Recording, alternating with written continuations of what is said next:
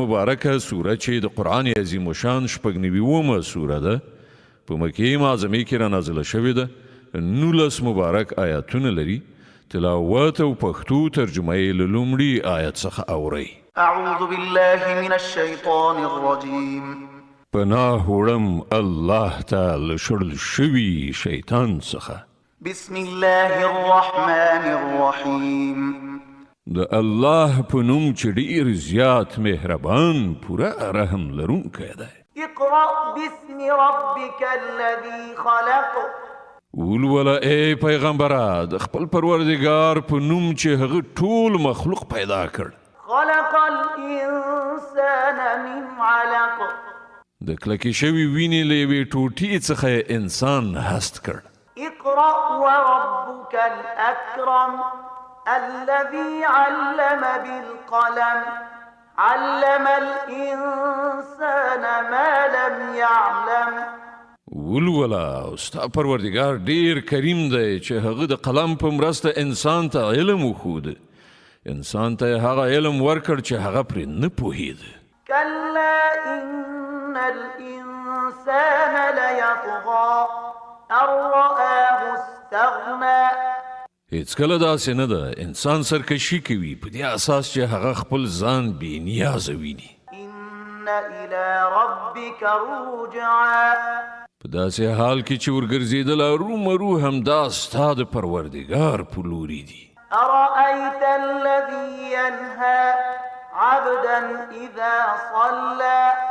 ته ګورې هغه څوک چې یو بنده یعنی محمد منع کوي کله چې هغه لمونځ کوي أرأيت إن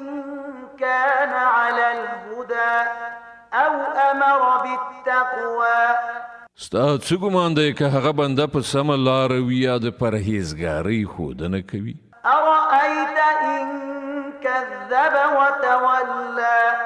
ستا څه ګمان دی که دا منع کوونکی شخص حق دروغ ګڼي او مخ واړوي ألم يعلم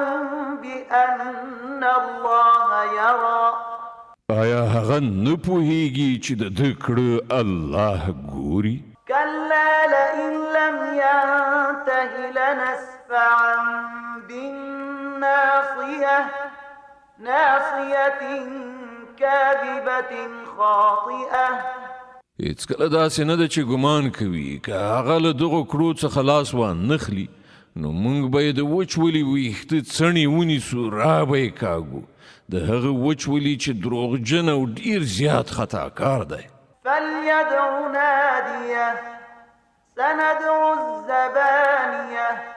پرېږده هغه د خپلې ملاتړ کوونکې ډلې ته بلنه ورکړي موږ به هم د عذاب پرښتې راوغواړو د علق د مبارکې سورې د 19 او آخرني آیت تلاوت او پښتو ترجمه اورئ د دې آیت په اورېدلو سره یوه د تلاوت سجده واجبه کیږي كلا لا تطعه واسجد واقترب هیڅ کله داسې نه ده چې دی وایي د هغه خبره مه منه او سجده وکړه او د خپل پروردګار نږدېوالی وګټه صدق الله العظيم الله ستر رښتیا ویونکی دی